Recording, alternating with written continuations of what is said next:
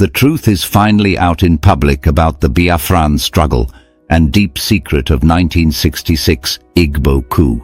The discussion revolves around whether the January 15, 1966 coup was an Igbo-led affair or a broader Nigerian event.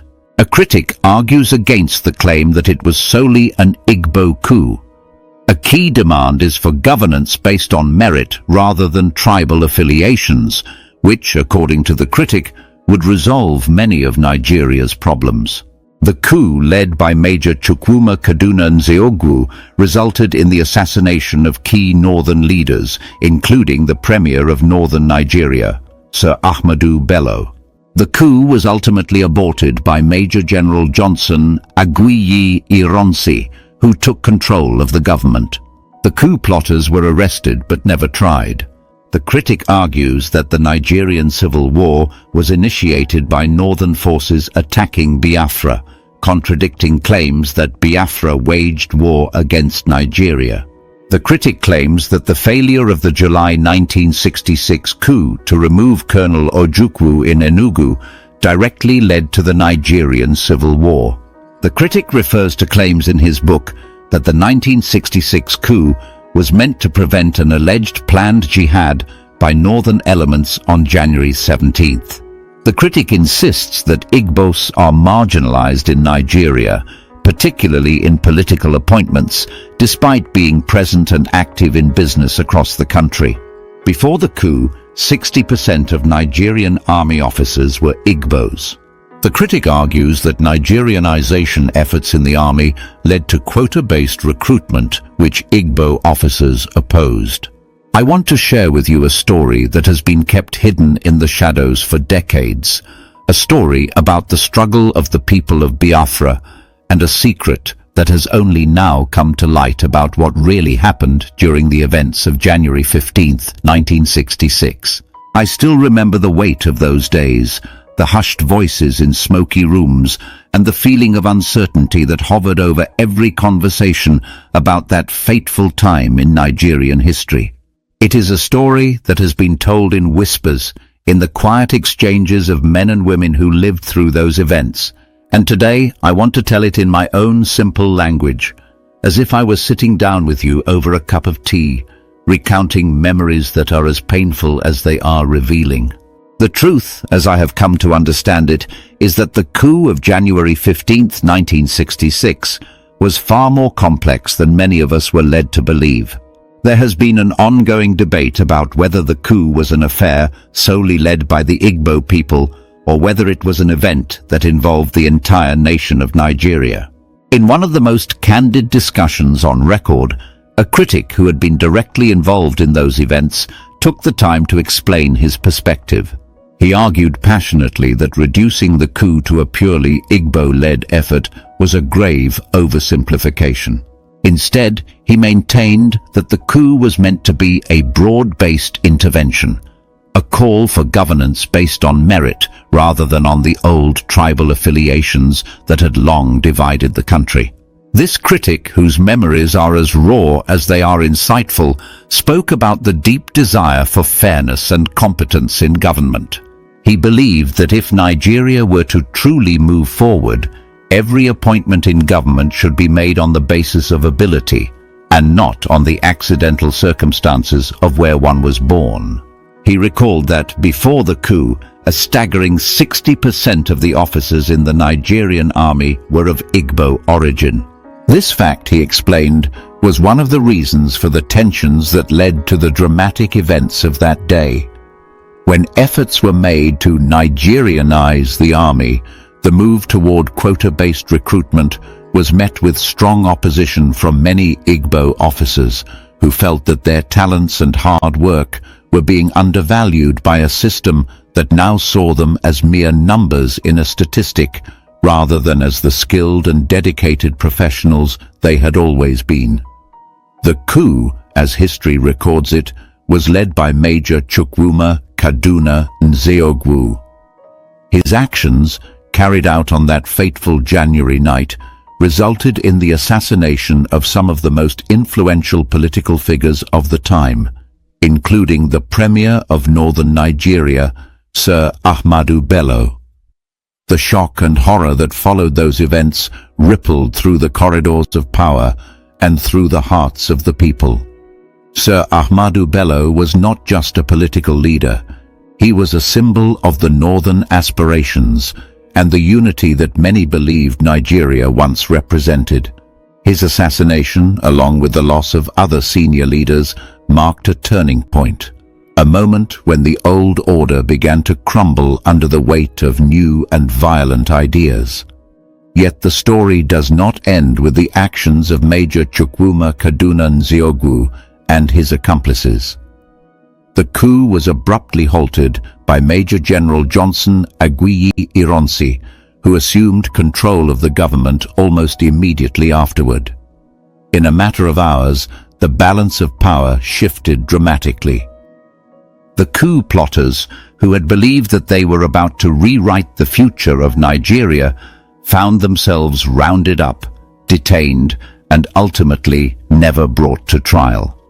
In the eyes of many, this failure to hold the coup organizers accountable was a missed opportunity, a moment when justice could have been meted out to those who had altered the course of the nation's history.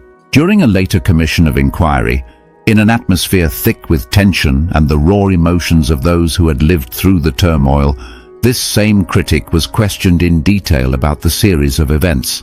I remember how his voice trembled with both anger and sorrow as he recounted what he had witnessed. He was asked whether the coup of January 15, 1966, had set into motion the chain of events that ultimately led to the Nigerian Civil War. His answer was measured, yet every word carried the weight of a man who had seen too much and lost even more. He explained that while the initial coup may have been a catalyst, it was actually the failure of a subsequent attempt, the failed coup in July 1966, that truly paved the way for the catastrophic conflict between the regions. This failed coup, he said, was intended to remove Colonel Emeka Odumegwu Ojukwu from power in Enugu, and its failure directly resulted in the escalation of tensions that became the Nigerian Civil War. I was struck by the clarity of his conviction when he spoke about the so-called planned jihad that was alleged to have been organized by northern elements for January 17, 1966. According to his account, this plan was not part of the original coup's design, but rather a reaction to the political killings and the mounting chaos that had gripped the nation. The coup organizers had moved quickly to preempt any further violence, a decision that, in his view, was meant to forestall the outbreak of a jihad that could have brought even more suffering to an already divided land. He was firm in his belief that the true struggle was not merely one of military might or political scheming, but of a deep-seated desire for a new way of governing, a system that would truly reflect the merit and the dignity of all Nigerians, regardless of their ethnic background. Throughout his testimony, the critic made it clear that he did not see the Igbo people as the sole architects of the coup. He recalled with some regret that, at the time, many of his compatriots had felt marginalized in the political process. Despite their significant presence in commerce and industry, the Igbo community found itself excluded from important political appointments and decision-making bodies. This exclusion, he argued, was emblematic of a broader malaise, a marginalization that had deep roots in Nigeria's post-colonial history. His words resonated with many who had long felt that the system was rigged in favor of certain groups, with the true potential of meritocracy lost amidst a tangle of ethnic loyalties and political maneuvering. One of the most memorable parts of the commission was the exchange between the critic and the questioning panel. I recall how the questioning took on a personal tone, almost as if the critic was being forced to confront his own role in the events that had so irrevocably altered the course of the nation. The interrogator pressed him on whether he could, even hypothetically, envision a scenario where the Igbo people were not marginalized, a question that cut to the heart of the matter. In a voice that mixed frustration with resignation, The critic explained that the marginalization was not a matter of the Igbo people's capabilities or their contributions, but rather a consequence of a system that had always been skewed toward tribal favoritism. He spoke passionately about his belief that the solution lay in a return to a system of governance that prioritized merit over tribal affiliations. He argued that if every state and every ethnic group could rise based on their abilities rather than on the mere happenstance of their heritage, then perhaps the problems that had long plagued Nigeria could finally be resolved. I could sense in his tone a deep-seated longing for a time when leadership was not determined by the color of one's skin or the sound of one's name, but by the strength of one's ideas and the competence of one's actions. The conversation then took a more personal turn as the critic was pressed on details of his own involvement. He was asked directly whether he had been part of the planning and execution of the attempted coup on that January night. With a mixture of defiance and regret, he confirmed that he had indeed been involved, though he was careful to clarify that his role was not that of someone who deliberately plunged the country into catastrophe. Instead, he insisted that he had been motivated by a desire to see Nigeria governed by principles of fairness and justice, a vision that, in his eyes, had been tragically derailed by the ensuing chaos. I found myself drawn into the narrative as he recounted the events with vivid detail. He remembered the tense moments in Kaduna, the conversations held in secret, and the hurried preparations that had taken place in anticipation of a coup that many believed was necessary to shake up the old order. Yet, as he recounted these events, there was a palpable sense of disillusionment in his voice. He acknowledged that the coup had ultimately failed in its objective to transform the political landscape. Instead, it had set off a chain reaction of events that not only led to the loss of countless lives, but also sowed the seeds of mistrust and division that would later explode into the full-blown Nigerian civil war. In his testimony, the critic detailed the dramatic sequence of events that followed the coup. After the brutal assassination of Sir Ahmadu Bello, the government of northern Nigeria was suspended, and a broadcast was made by Major Chukwuma Kaduna Nzeogwu, proclaiming the suspension of the regional legislature. It was a moment of raw, unfiltered power, a moment when the very structure of governance seemed to be crumbling before the eyes of those who were forced to witness it. Yet even in the midst of this upheaval, the federal government remained intact, a fact that underscored the complexities of power in Nigeria at that time. The critic recalled how the federal government, despite the chaos, continued to function in its own way. The president of Nigeria, Dr. Nnamdi Azikiwe, was out of the country, and the Prime Minister, Abubakar Tafawa Balewa, along with the Honorable Minister of Finance, had been killed in the crossfire of events that few could have predicted. It was a time of profound uncertainty, a moment when the fate of the nation hung in the balance. Yet, as the dust settled, Major General Johnson Agui Ironsi emerged as the figure who would restore a semblance of order.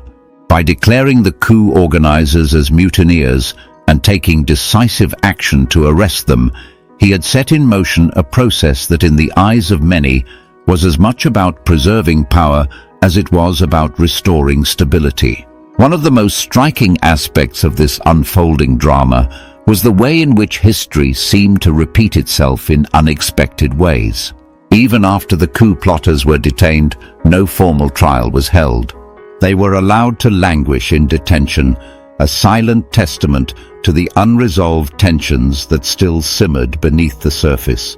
The critic pointed out that this failure to hold the coup organizers accountable was not an isolated incident.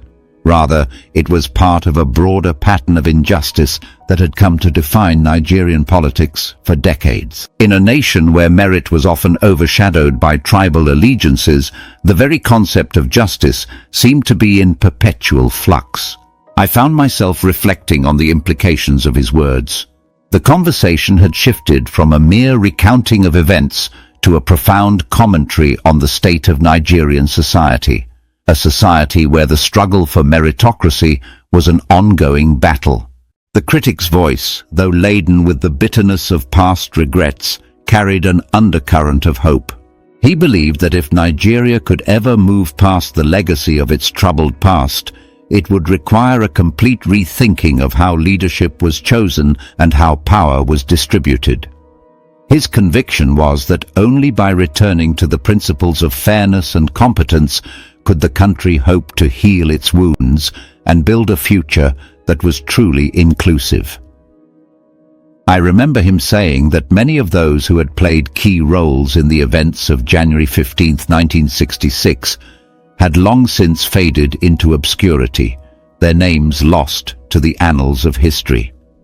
Yet, despite the passage of time, the lessons of those turbulent days remained as relevant as ever.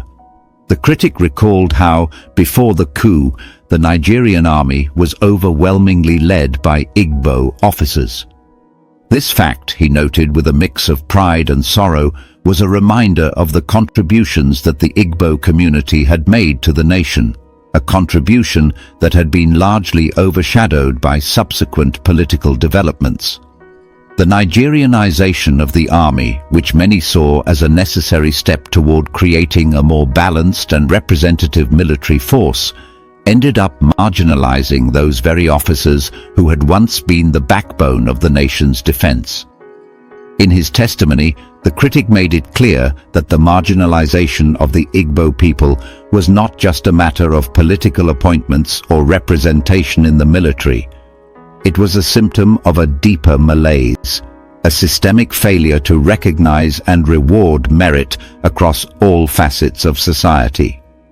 He argued that if Nigeria were to ever achieve true unity, it would require a complete overhaul of the way in which appointments and positions of power were determined.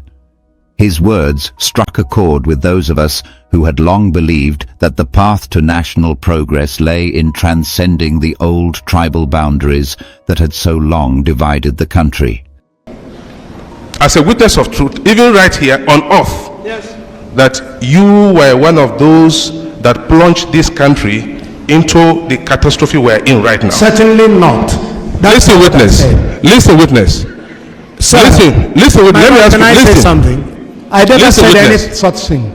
Listen to me. Just you've answered in the negative. The January coup was Listen to me. as a result of other events. Will you agree with me that the January 15, 1966 coup had eventually led to the emergence of the Civil War? No.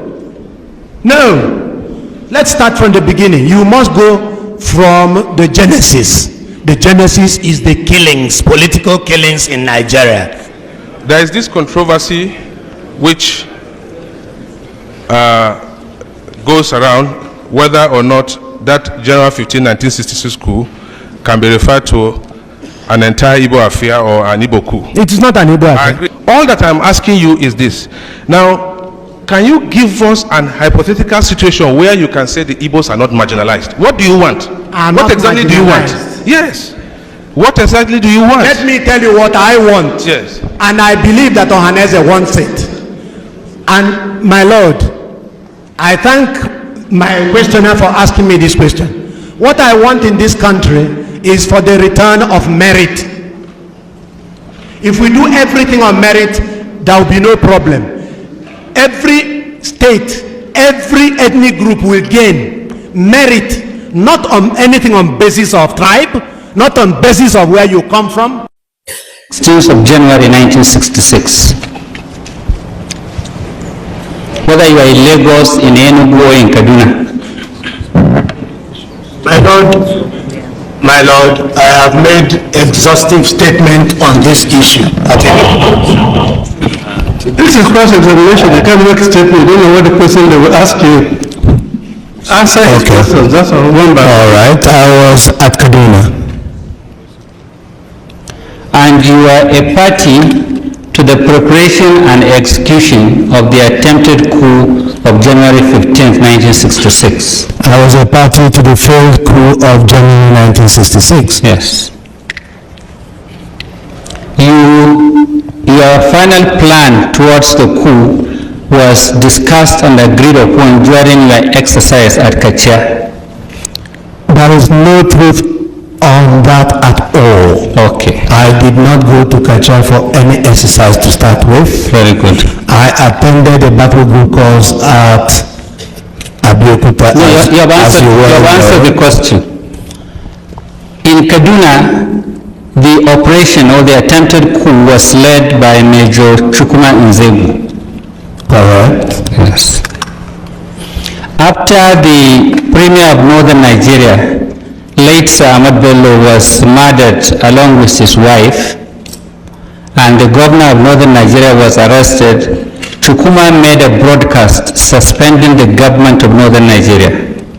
That is correct. He also suspended the legislature of Northern Nigeria.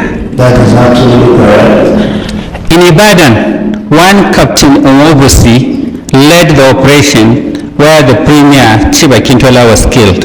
That is correct. But the government of Western Nigeria was not suspended. If you know, if you don't know, say you don't know. It is not a question of not knowing or knowing. I know it was not Suspended, very good. because of... No, that's all right, that's all right, that's all right. Now, at the federal level, the President, Dr. Nnamdi Azikiwe, was out of the country. The Prime Minister, late Sir Abubakar Tafawa Balewa, and the Honorable Minister of Finance were murdered or were killed, and the federal government was not suspended. At the federal level? Yes. You don't see aborted the coup.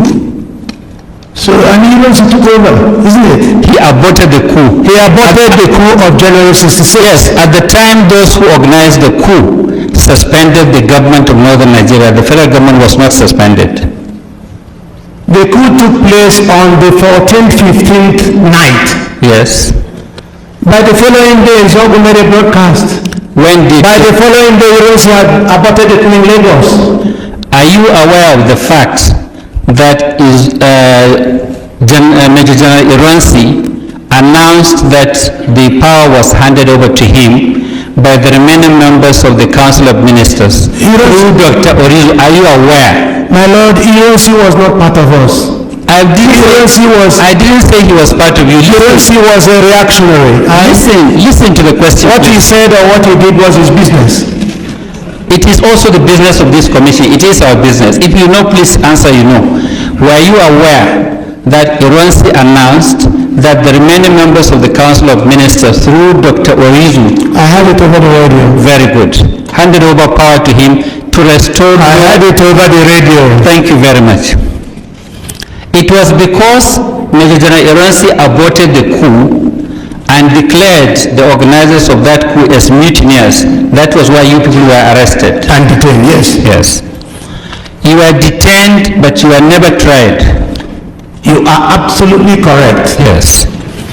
Now, it is also correct that 4 senior commissioned and combatant military officers in Lagos, Brigadier Mamalari, Colonel Kur Mohammed, Lieutenant Colonel Pam, and Lieutenant Colonel Lagerma were killed during that coup. You are very correct. But let me add. No, I don't want I must add. I don't want you to add, please. But I must add. You answered my question. My lord, this is an occasion for preferring information. You had your time. You had your time. This is my time, please. I must add to clarify what you are saying. My lord, let him answer my question. I must give you information. You talked about our not being. Hold it, please. Yes. Keep it cool. I thought we were on a fine fact-taking crusade. Exactly, I must add. So can you prevent him adding to the fact that will help us? But if it's a catechism, yes and no. Yes, it's a straightforward question. I don't know what he wants to add, my lord.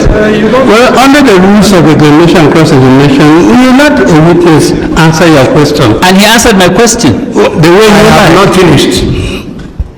I must add that we were not tried. But even when the one took over after the overthrow of Ironsi, he did not try us. If that is all, he did not try us. If that is all, our leader, he answered questions. Listen, he has to ask another question. Yes, sir. I don't know what you are answering. You listen to his questions.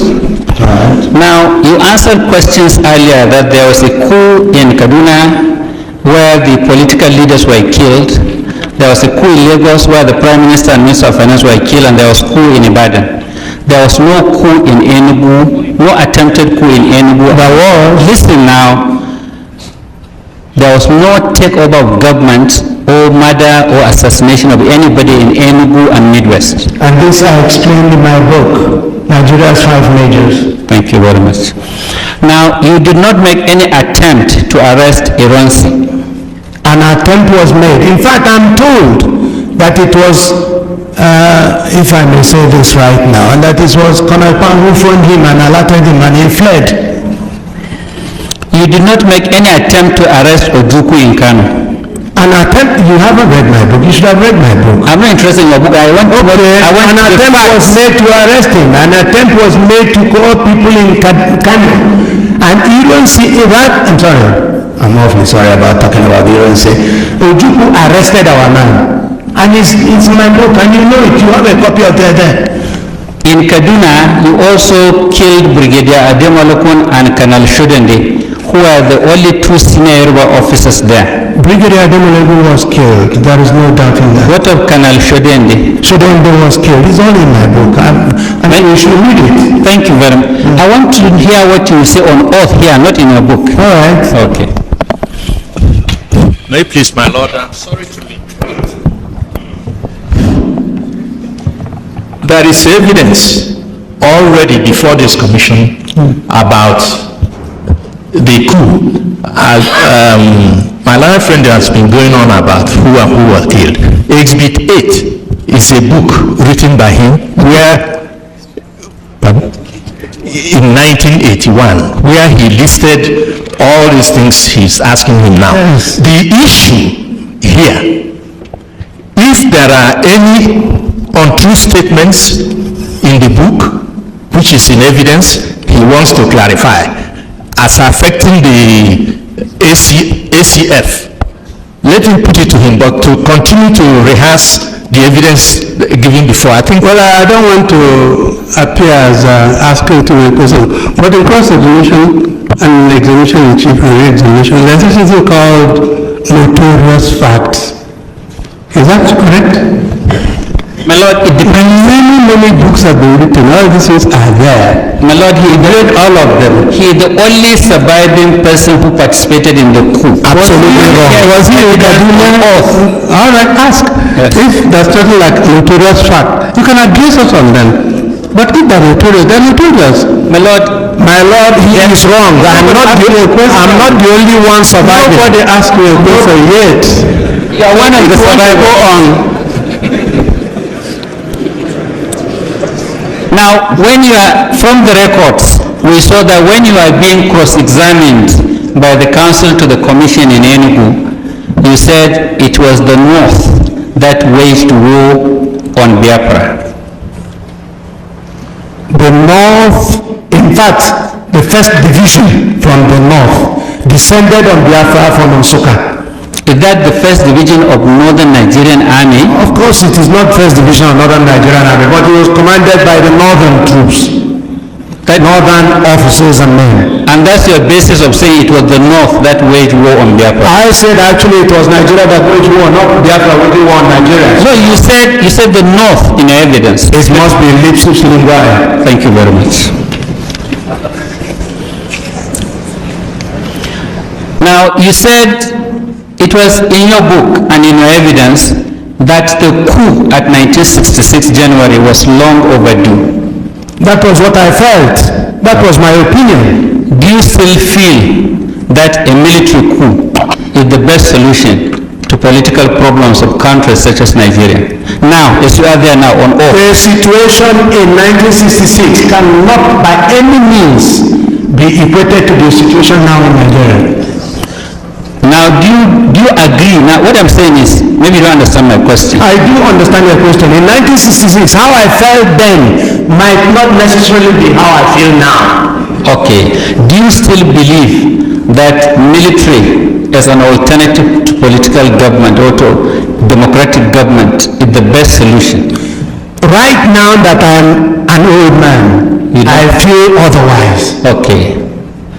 And you know that that first attempt you made was the beginning of the military in casting into democratic rule in Nigeria. Very right. It is not the handover or button changing that you keep having after that. Okay.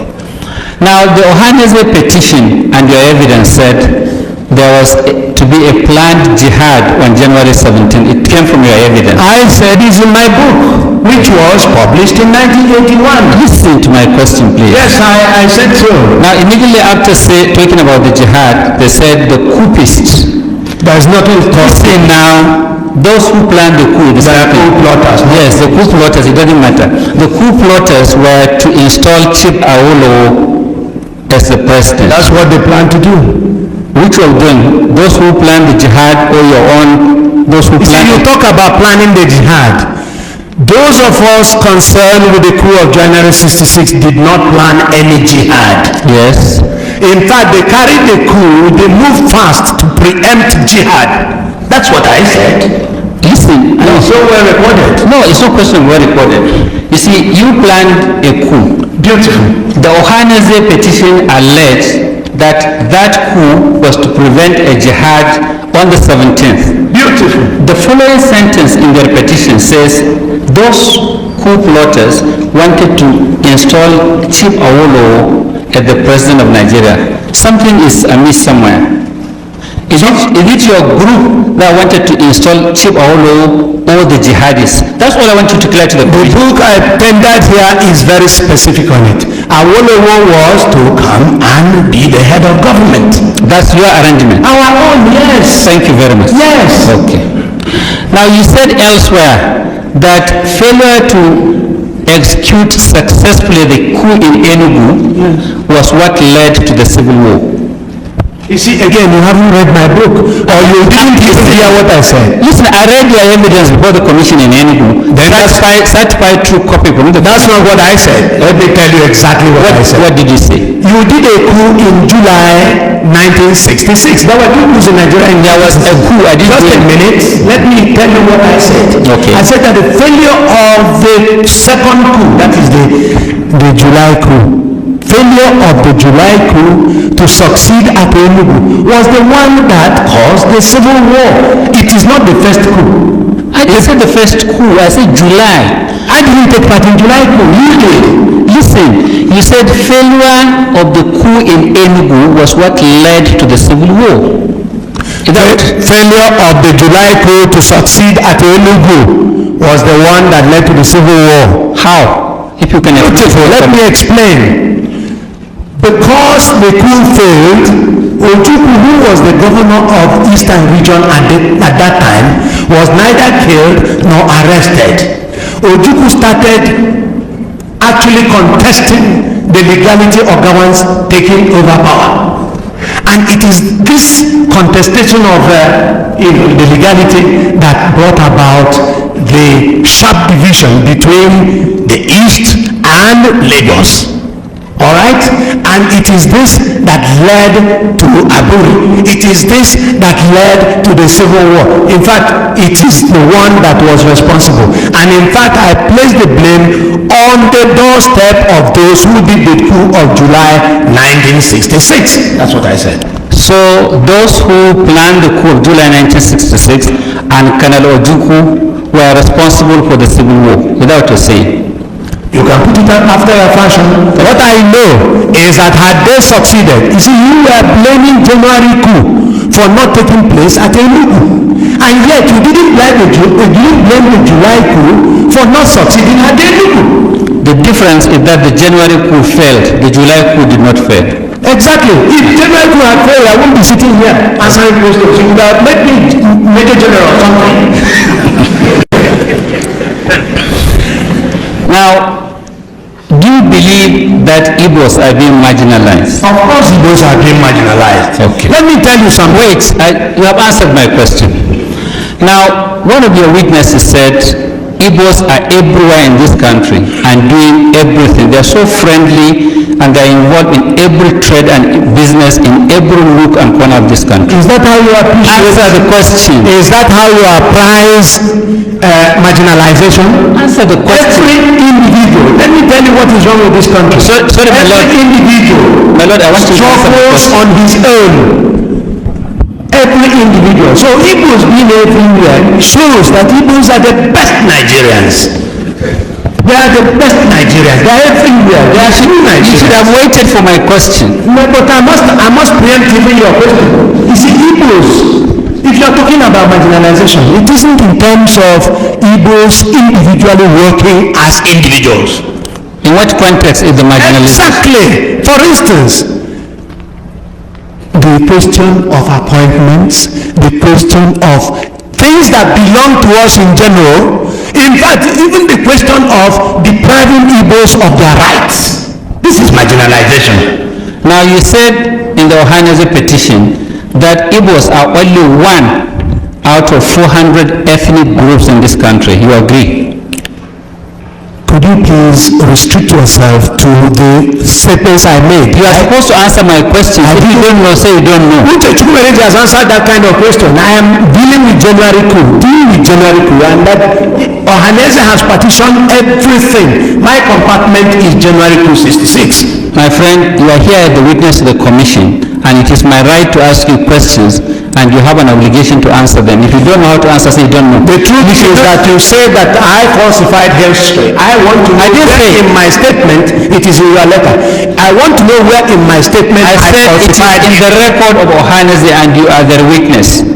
And you agree with me that Ohaneze are complaining of marginalization? Of course. Now, do you agree with what Ohaneze said? I agree that Ohaneze is right in saying that Igbos are marginalized. And they are also right in saying that there are over 400 ethnic groups in Nigeria. There are too many, even more than 400 if you like. And you also agree with what they said, that the Igbos constitute about 16% of the population of this country. I would have said actually 25%. Okay. Now, do you have any statistics to show that the Igbos in appointments do not have up to 25% in the federal service? Do you have any statistics? My Lord, you don't have, say you don't have. Let me answer it. Don't rush me.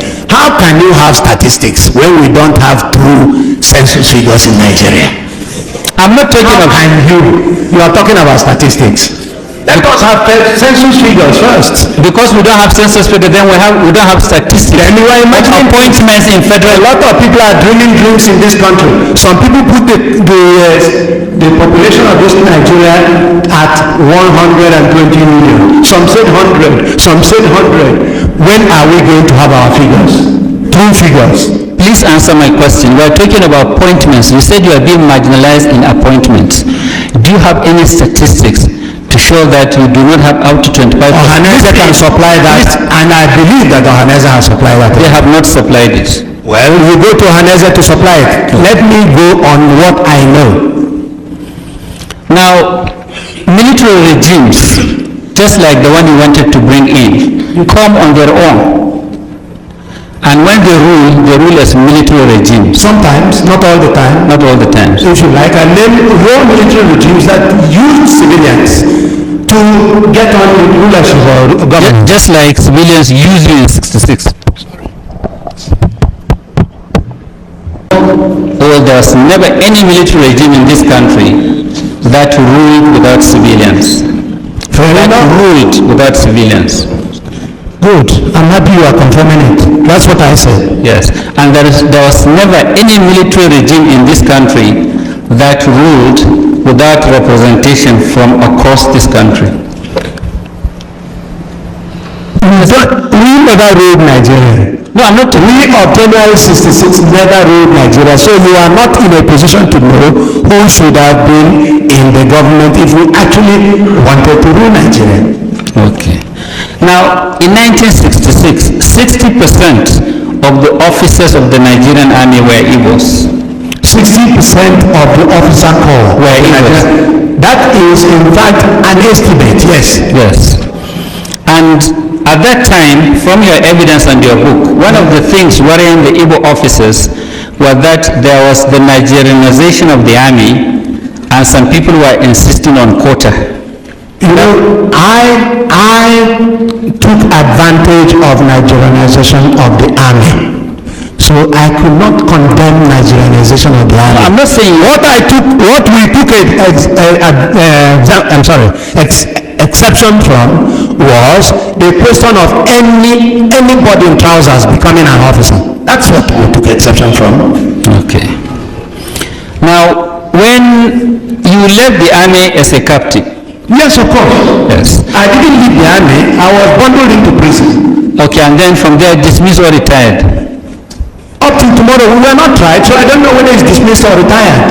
And all this is because you were involved in the January 66. Exactly. General Enjuma. As I told you, even Gawan did not try us. Yes. Rather, he gave one of us, our leader, he gave our leader a military burial and gave him 2 military honors whilst he detained us.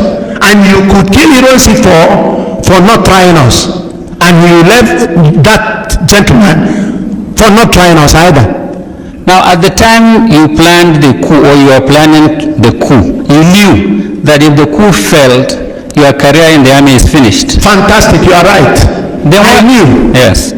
Then why were you complaining that some of your mates were major generals? You see, the trouble is that they didn't plan a coup. They were good Nigerians. That's why they became major generals. A lot of them became major generals because of coups. Successful coups. They promoted themselves. You should have known that. Why are you laughing? You should have known that. They promoted themselves. That's why other countries laugh at us. Please go ahead. Yes, I'll go ahead, Mr. Bule. Mr. Bule, now in your book, you tried to state the reasons why you people gathered to organize the coup. You're right. Now, thinking back now, do you still regard those reasons as valid? Very listen for a military takeover instead of a democratic change of government. You understand the question? The reasons were as valid then as they are valid today. The killings in the West and the killings in TV area prompted, in fact, an action from us. And there were other reasons. There were other reasons. They're all enumerated in the book I had tendered. Now, you use the rank colonel now because you are promoted in the Biafran army. Beautiful. And I prefer it. And Ojukwu also promoted himself. Fair enough. Fair enough. I don't know. When he comes, you will ask him. Now, from certain publications we read, credited you, you are not in very good terms with Ojukwu.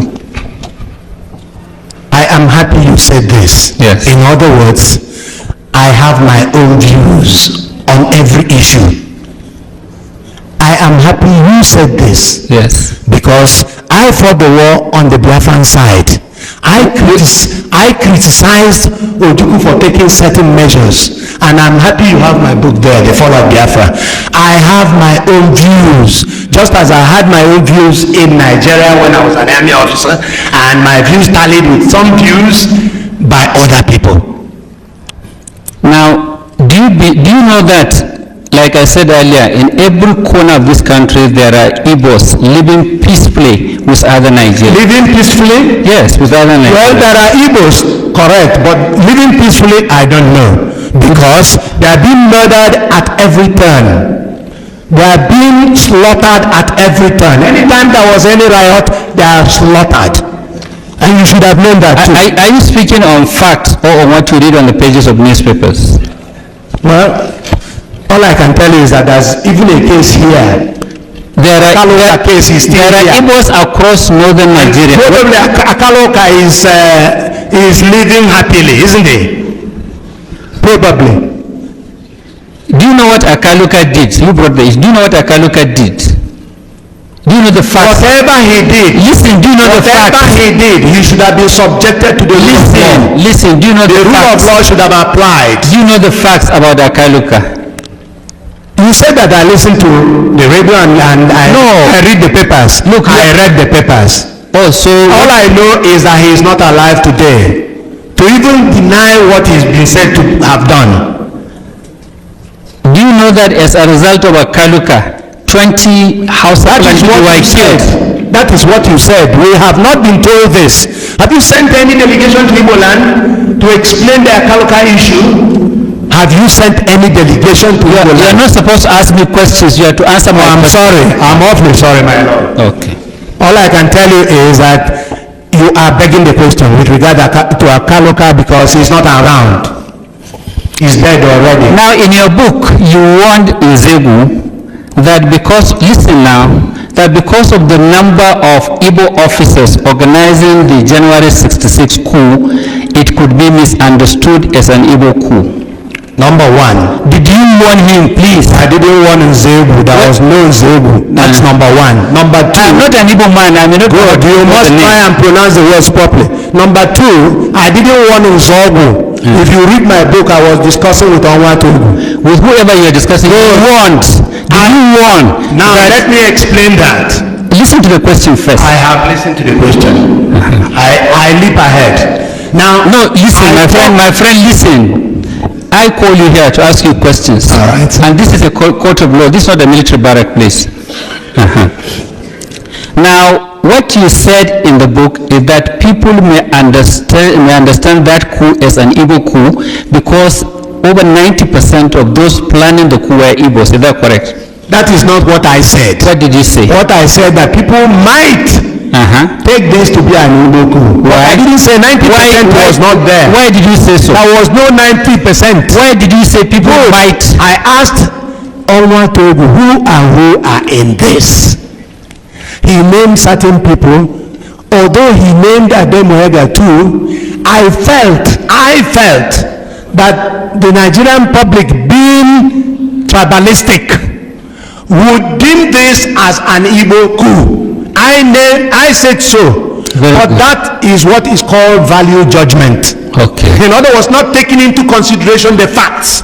Now, if you read that thing down, you would have seen where he said, oh, but we are releasing our all. Do you know what I said? In other words, the Yorubas are using us. You failed to read that one. You read about the thing being an Igbo coup. I'm interested in the issue raised by Ohaneze in your petition, that it was wrong for anybody to assume it was an Igbo coup.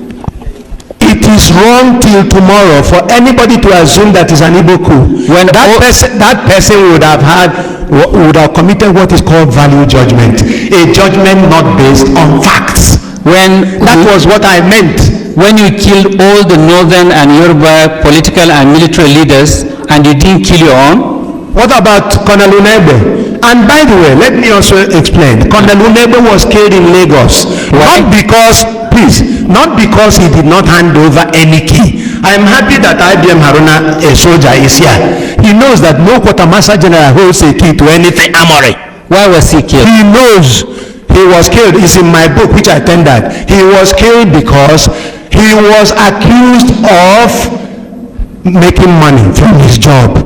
In other words, he was a quartermaster general. He was making money from his job. So he was enriching himself. So that was why he was killed. So he was not. So I want to correct this mistake. So he was not a victim of that attempted coup. He was killed. No, listen. Brigadier Mamalari, Kur Muhammad and the rest were killed as part of the coup. This one was killed because he was making money. So he was not killed as part of the execution of that coup. Is that what you're saying? My lord, there were various reasons why the coup took place. Okay. There were various, in fact, Hydra-headed reasons why the coup took place. Some people enriched themselves and they were killed. Some people were involved in the killings in the West and the TV area, and they were killed. Some people did a lot of other unsavory things. By the way, they talk about killing, and I'm repeating what I said at Enugu. It was never decided that anybody should be killed. Now, why was people disagreed on what should happen? I don't know how many coups you've taken part in, but it is never decided this man must be killed, that person will be killed, but you depend on what you see on the ground. So if there's opportunity to kill, you kill. What do you mean by you depend on what you see on the ground? These are soldiers, you know. Depending, for instance, if you are fired at, you fire back. All right? It's as simple as that. And I gave an example of somebody who wasn't killed. Do you know why Sardona was killed along with his wife? Do you know it's in the book? Why must I told you we need your evidence here. The commission here has read my book. If they have not read my book, they probably are reading it now. Nigerians want to hear what you say of the reason behind killing Sardona and his wife. You talk about killing again. I was not the one who went to the house. Even though, I must tell you this, I take full responsibility for the coup of January 66 because it was a collective responsibility. Very good. Okay, are you aware of the reason from your coup plotters why Sardona was murdered with his wife? If you don't know the reason by now, then I'm afraid you should go and find out. My lord, it's all in my book. My lord, the witness should be told that he's supposed to answer. You are whipping up emotions. I don't want to get involved in that. Ask a simple question, simply. It will make us progress. And then one council is asking, we have no right to retort. All right, sir. Thank you, my lord. Sorry, my lord. Now you said there were always reasons why they kill. Why was, if you know, Sardona killed along with his wife? Zogu attacked Sardona's residence. Zogu, if you read the script, was attacked himself. And that was why they had to kill him. Zogu returned fire. Zogu, if he were alive but he's dead, would have told you exactly why he did what he did. What we wanted to do was to overthrow the government of Nigeria. To overthrow the government and stop madness. And overthrowing the government means suspending the government of northern Nigeria, leaving the government of western Nigeria, you see, and then deliberately refusing to arrest Iransi. Let me elucidate this matter. It is true that Akintola was killed in the West. And then Fanika Odo was arrested and taken to Lagos. That is the RV, rendezvous. Now, when the soldiers got to Lagos, they found that Iransi's troops had already seized Lagos. And so they ran helter-skelter. And as you all know, some people ran to Ghana, some ran to other places. And therefore, there was no time to declare anything in the West. You should have known that. And there was no time to arrest or kill Okpara in the East. Again, we talked about Okpara having been receiving somebody from abroad, a head of state from Cyprus. Macarius, Archbishop Macarius. You gave that and he was arrested as soon as, and by the way, one of you was the one who took over the radio station. Even though he's dead again and he can't say his own mind. Now listen, my friend, we're here for stories. What I'm trying to tell you is restrict yourself to my answers to my questions, please. Now you gave consideration to the fact that Okpara was expecting a guest. Not expecting, he had a guest. Yes, he had a guest. Listen now, listen. He was arrested. Listen to the question. Now, in some of the books written by some of your coup plotters, you had to wait for Sir Ahmad Bello to return from Lesser Hajj to execute the coup. I wrote that in my book. Yes, why did you do that? And if the intention was not to deliberately kill him. It is the truth.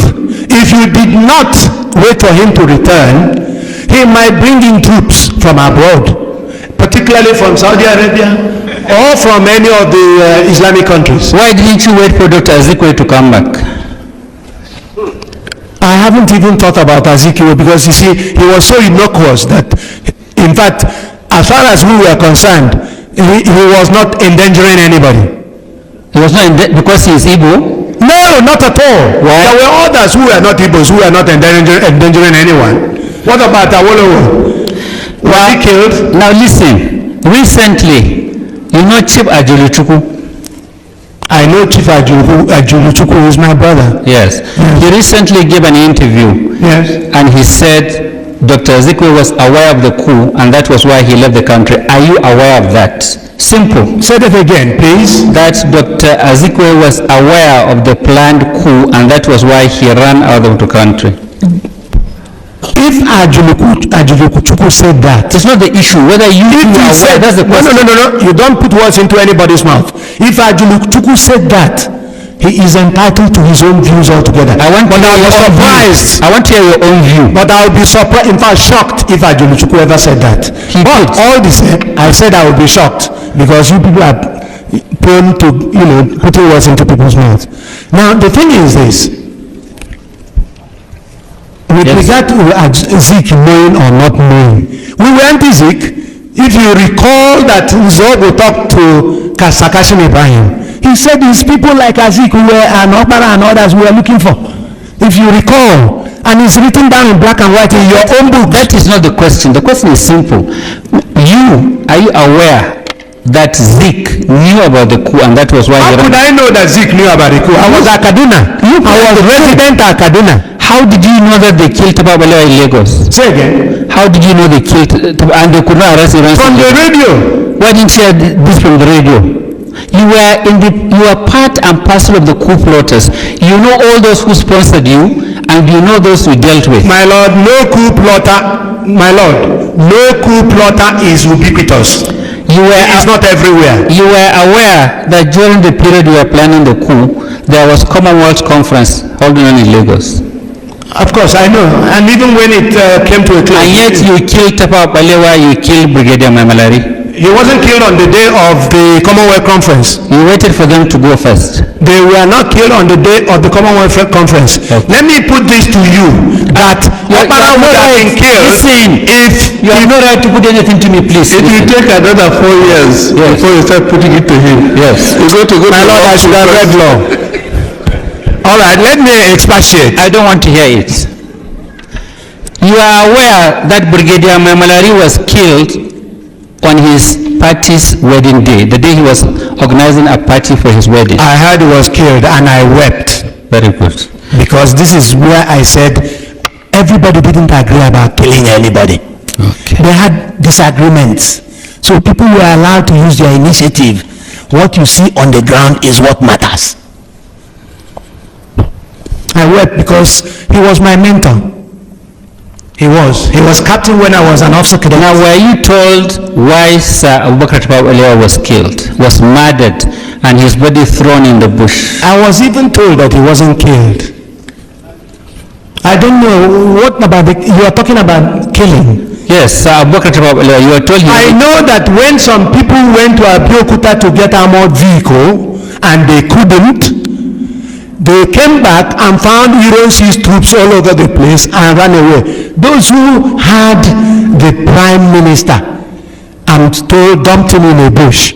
How they dumped him in a bush, I wasn't told. No, as one of the coup plotters, did you hear the reason why he was killed? If you read my book, you see it was zoned. I was in the north. I was at Kaduna. Please answer my question. Did you hear why he was killed? I was not told. Was there any justification given for killing him?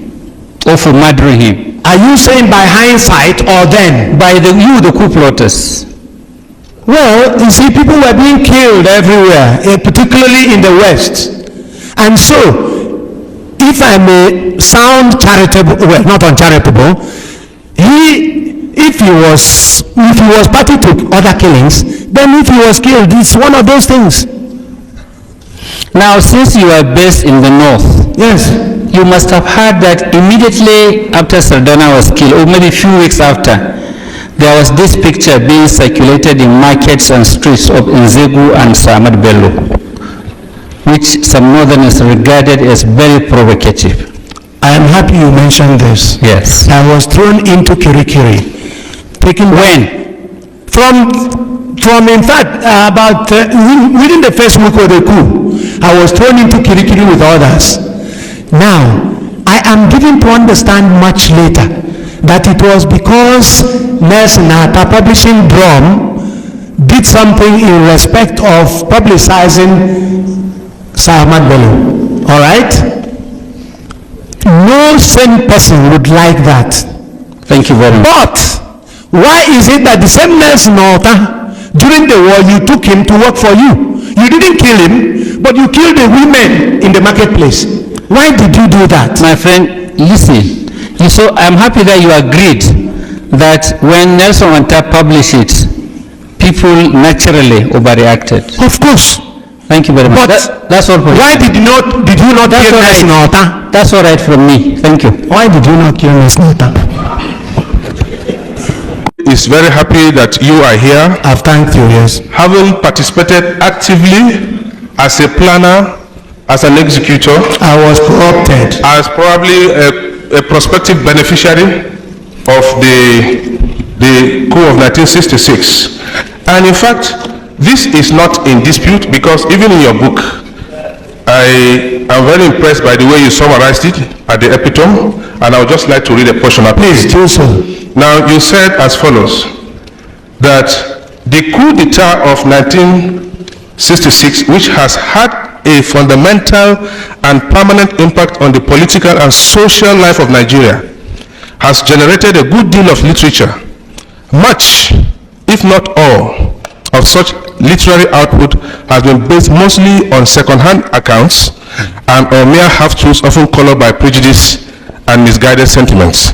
Then you went further to say, in Nigeria's 5 measures, which you wrote, yes, one of the key planners and executors of the coup gives the first ever factual first-hand inside account. Beautiful. Now, I agree with you in respect of this analysis, in the sense that you have confessed as a witness of truth, even right here on earth, yes, that you were one of those that plunged this country into the catastrophe we're in right now. Certainly not.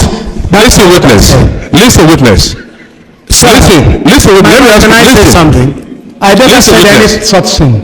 Listen to me. Just you've answered in the negative. The January coup was listen to me. As a result of other events. Will you agree with me that the January 15, 1966 coup had eventually led to the emergence of the Civil War? No. No. Let's start from the beginning. You must go from the genesis. The genesis is the killings, political killings in Nigeria, both in the West and in the TV area. All right? The killings, then of course, the other headed problems Nigeria had caused the coup of January 66. Yes, I have heard that. The January 66 attracted the July coup. The July coup attracted the creation of states. The creation of states attracted Biafra. Biafra attracted the war, not the January coup 66. There is a conglomeration of events, and you must take them into consideration. You see, what I want you to understand is, one event led to the other. Beautiful. Right from the nationalistic days before the independence, yes, in this country, yes, this country had been living in harmony, in peace, and not in pieces. That is not true. Wait a minute. Now, are you aware of a book written by Chief Obafemi Awolowo, his autobiography? I'm not aware of it. You are not, you have never seen this book? I have never set eyes on it. But you know Awolowo, late Awolowo. Of course I know. Yeah, and you are not aware of this book, which touches. Awolowo is entitled to his opinion. I don't know what you are getting at. I agree. You will also agree with me that this document, this literature work, which is an exhibit for this course, yes, is also entirely your opinion. It's partly my opinion and partly my experience. Yes, that is your partly opinion. My opinion, partly my experience. I am not asking you for the substratum of this book, but I'm telling you it is your own personal opinion. I'm not asking you for the reasons. I am giving a story the way I saw it. I am not making any judgments. Now, I will read a portion of this book. It is not relevant to me. It will be relevant. You don't even know what I'm saying. You have made up your mind as to what to say. Listen to me. I'm going to tell you something out of this text, and I want you to agree with it or disagree with it. You don't know whether you will even agree with it. It's not everything I say that you disagree with it. Please listen to me. This is a book written by Chief Awolowo before he died, about his autobiography. I will later tender the book to the appropriate person, but I want to have the benefit of you listening to what is there, so that we can have your opinion. Let me. Now, in this book by Chief Obafemi Awolowo, at page 172, there is a statement credited to late Dr. Nnamdi Azikiwe, and it goes as follows. Yes. Besides, in spite of his protestations to the contrary, Dr. Azikiwe was himself an unabashed Igbo jingoist. And he gave the game completely away when he said, inter alia in his presidential address to the Igbo Federal Union in 1949, as follows. He's quoting from what Zik said in a speech at a lecture. It will appear that the God of Africa has specially created the Igbo nation to lead the children of Africa from the bondage of the ages. The martial prowess of the Igbo nation at all stages of human history has enabled them not only to conquer others, but also to adapt themselves to the role of preserver. The Igbo nation cannot shirk its responsibility. Politically, you have seen with your own eyes how you were disenfranchised by the British. The Igbo nation has never been represented in the Executive Council. Economically, the Igbo nation has labored under onerous taxation measures without sufficient social amenities to justify same. We have been taxed without representation, and our contributions in taxes have been used to develop other areas out of proportion to the incidence of taxation in those areas. It will seem that the Igbo nation is becoming a victim of economic annihilation through a gradual but studied process. This was a quotation, and then Awolowo himself went further to say as follows. In 1948, another Igbo leader and a member of the Nigerian Legislative Council had declared the domination of Nigeria by the Igbos is a question of time. It was clear from these statements and from general political and journalistic maneuvers of Dr. Azikwe over the years that his great objective was to set himself up as a dictator over Nigeria and to make the Igbo nation the master race. It will appear, according to his reckoning, that the only obstacle in the path of his ambition was the Yoruba intelligentsia, and this must be removed at all costs. A situation in which one ethnic group will dominate the others does not accord with my conception of a united and happy Nigeria. Thank you. I am implacably opposed to dictatorship, as well as the doctrine of Herrenvolk, whether it was Hitler's or that of Azikwe's. Now, from this text I read out, Yes. will you agree with me that that grand design had been there ever since? So what you are trying, I didn't write it. to say is I didn't write it. I agree that Zik said that. What Awolowo quoted. Well, and I am you know asking- that this is Awolowo that booted Zik out of I didn't write it. house. I didn't write it. And you are saying And you I didn't should write it. agree. I am asking you, what is your opinion? Just Your opinion, the question shouldn't have arisen. are you in a position to say The this? question is, and this is not for you because I can't ask you questions. The question Nigerians will address their minds to should be, is Zik or was Zik before his death a true Nigerian or a tribalist? Of course not. Listen, but Awolowo would like listen. That is not the issue. Awolowo would like We to all have. as a tribalist. So it is Listen, in bad taste. we all have our respect for Zik. Awolowo We all to write have our this reverence for against Zik. That is not and the you issue. know that Awolowo has never seen eye to eye with Zik. Please listen. You are to answer my questions, You are not to asking ask me me to support questions. Awolowo against Zik. You are asking me questions. I will do no such thing. And I even doubt that Awolowo wrote it. Now, come. Now, look. I want you to reconcile your last statement when you asked me whether I wanted you to support Awolowo against Zik. Why then did you tell us this afternoon? Yes. Just some few minutes ago. Yes. When you were being asked by the other council. I will answer it. That the major object of that coup was to appoint Awolowo as the president of. Beautiful. Yes, prime To minister. appoint him. Yes. That is, Now, please, can I you want answer to that? answer this Yes, question I'm listening. because there are too many things at issue here. Now, Awolowo was to be appointed to lead a government. That is why I said, therefore, it must be the Yorubas who are using us. Read my book.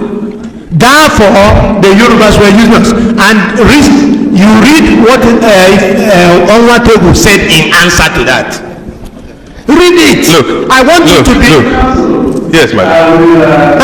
Attention, ask everybody to have this. Yes, madam. In view of number one, how does this affect your own client? So that we can make progress. You can tender all the things they said and then address us on them. No, number one of the agreement reached after your submissions in the morning, if you want, I read it to you again. Representation by council. Commission accepts that under section 18 of the Tribunals of Inquiry Act, anybody mentioned in a petition has a right to representation by counsel. The only question that will arise is that such counsel should restrict himself, not itself, only to issues affecting his client, either in his response or in cross-examination. If you are going to throw this overboard, they will open the door wide. And I've told counsel before, there is anything called notorious facts. My Lord, yes, my Lord, in as much as I'm trying to wind up all this, yes. We can go on for 20 days, we'll go on, listen. No, my Lord, I have been on for just about 30 minutes. In the next 30 minutes, I'll be through. I don't need more than an hour to be through with this witness. Yes, witness. Go ahead. You are aware that there are different commissions in the Nigerian Army.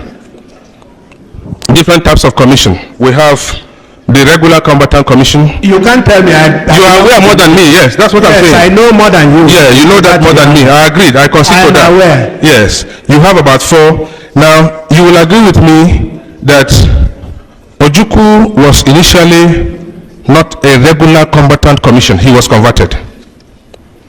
He was short service. He was direct short service commission. Agreed. Direct short service because I agreed. He came from the I agree. You've answered it. You've answered it. Now the same thing goes to late General Sir. Yeah, the same question goes to General Ironsi. He was also not. He was not. He was not. Short service. He was just short service commission. Agreed, but not a regular combatant. Of course he was. Of course, yes. Now, but what about General Gawan? He was regular, just as I was. Agreed. Now, do you know why Ojukwu refused to succumb to the... Ojukwu said he was senior to Gawan. Yes. Will you agree to that? Why shouldn't I agree? But you see... Despite the fact... I said, why shouldn't I agree? But the point is not whether Gawan was, whether Ojukwu was senior to Gawan or not. Once there is a coup, even if he's a lieutenant taking over government, you don't start confronting the lieutenant, you get killed. So that is where I disagree with Ojukwu, and he knows. In terms of seniority, I put it to you that Gawan was senior to him by virtue of the fact that he was a regular combatant army officer. You don't do seniority that way. It's okay, I've heard you. It is not the way seniority is done. I have heard you. If Ojukwu was a colonel when Gawan was a lieutenant, Gawan could climb up and reach Ojukwu's rank. Do you remember? But still became inferior. I have heard you. Let's make progress. Do you remember Colonel Adebayo's committee? Which Adebayo's committee? I know Adebayo of the former chief of staff. Yes, there was a committee headed by him after the coup. Oh, after the coup? After the civil war, yes, after the civil war. Not after the coup, yes. After the civil war. Yes. Okay. I attended that board. Yeah, you appeared before him. Oh, yes, of course. You remember the sanctions? You remember the report? Anything? Do you remember any part of the... I was thrown into jail again. You said so. What was the recommendation in respect to your person by that committee? To be detained. Apart from that, what about your rank?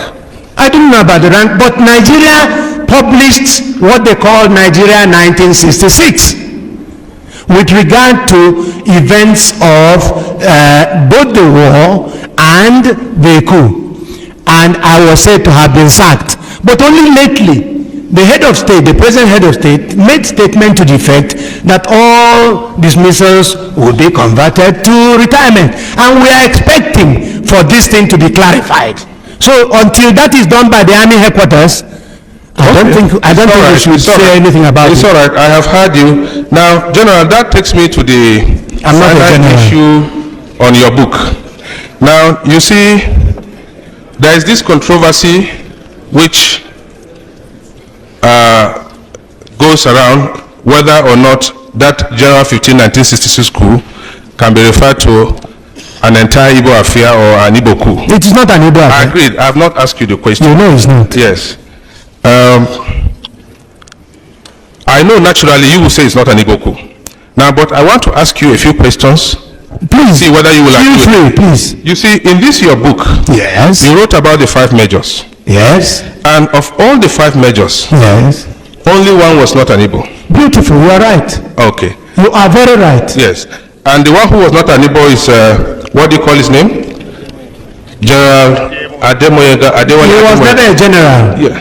Major. Thank you. Yes. Adewale Ademoyega. Yes, sir. Yes. Now, while you were giving evidence before this commission, while it was sitting in Enugu, you told this horrible commission that Major Abisoye is a typical Yoruba man. You said so. I have the cassette. It's here. You said Yoruba man. I want to put Only because he typifies Yoruba people. Wait a minute. Yes, I want to put it to you that he is not Yoruba. He is Ogori in Magongo in Kogi State. Okay. Do you agree? Do you withdraw that statement? If Probably you said it out of ignorance. based on information, Yes. I am wrong. Yes. If you are correct. Yes. That's what I'm telling you. I made a research. Because on you it. see, he was my It's all right. cousin. It's all right. He went to KC and we assumed that he was a Okay. Yoruba man. And I'm happy that he was the one who wrote forward to the book, Ademoyega's book. Listen, having agreed, listen, witness, having agreed Yes. that 4 out of the 5 leaders of that coup plot Yes. were Igbos. Yes. It is correct. Yes. Will you agree with me that and having agreed also in your papers in Yes. the exhibit submitted by Ohaneze Yes. that we have about over 400 nationalities I in agree Nigeria, with you. Yes, yes. which I understand that to mean tribes and different dialects in this country. Yes. Will you agree with me that 80% of the leaders of that coup were Igbos? Even if it's 85, Agreed. it's not an Igbo coup. And you still don't call it an Igbo coup? Of course it isn't. Now- Because Ademoyega claimed that there were only 3 who planned the whole thing. Yes. We were co-opted. Listen. I hope you understand. We were co-opted. Listen, having agreed to that, and you recall that the coup took place in Kaduna in the north, being the headquarters of the other region, in Ibadan, being the headquarters. You are very right. Yes, and in Lagos as well, but not at Enugu or in any part It of took the place at Enugu and in the Midwest, I'm not but they were not effective. I'm not referring to the coup, I'm referring to the coup, not civil war, not the The other. coup took place at Enugu, and I told you that Jallo took over the radio station, didn't I? Were there killings? We agreed. Were there killings of I any? told you that there was no question of definitive agreement on killings. I told you. He hasn't finished. No, let him finish. It will assist the commission because this way will be. Tell him. Otherwise, I will pray my Lord to now abrogate the accord we have reached this morning, because my Lord has already accepted and we all abide by it. Each council should cross-examine on points touching on affecting his client. This way we are going around. An SAN, you know. I'm addressing the commission. I'm not addressing the SAN. I don't know whether junior council can advise an SAN. No, my Lord, I am addressing the commission so the commission can intervene. My Lord. Yes.